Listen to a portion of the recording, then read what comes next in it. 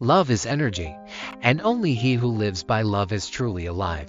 Where there is love, there is grace, because love is the light radiating from the presence of the divine. Remember, when your mind is possessed by hatred, you lose power and your connection with being is weakened. Anger, hatred, jealousy give rise to dissatisfaction and longing. Guilt arises in a person when he is no longer connected to existence by his roots.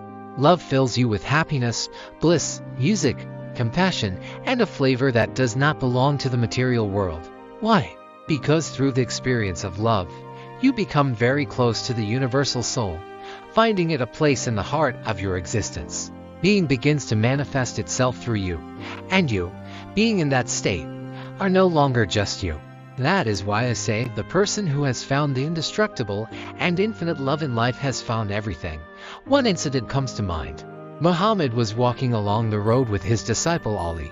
Ali's enemy passed by, stopped his disciple and started insulting him.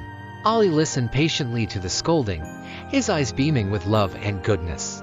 He listened to these poisonous speeches of his enemy as if he were praising him.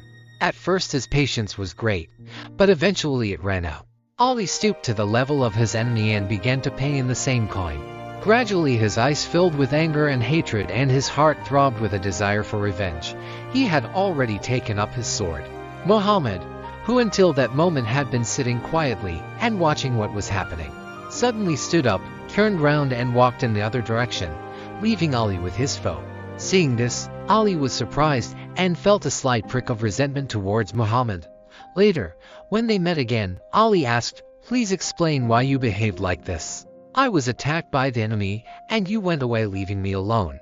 After all, you abandoned me when I was, one might say, in the jaws of death." "My dear friend," replied Muhammad, "that man was certainly angry and fierce, and a fierce malice was in his words. But I was happy to see that you were calm and in love.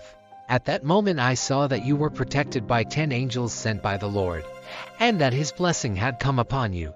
You were safe because of your love and willingness to forgive. But as soon as compassion left your heart and it hardened, as soon as your eyes began to emit flames of vengeance, those 10 protectors abandoned you. The only right thing for me to do was to leave. God himself has forsaken your company.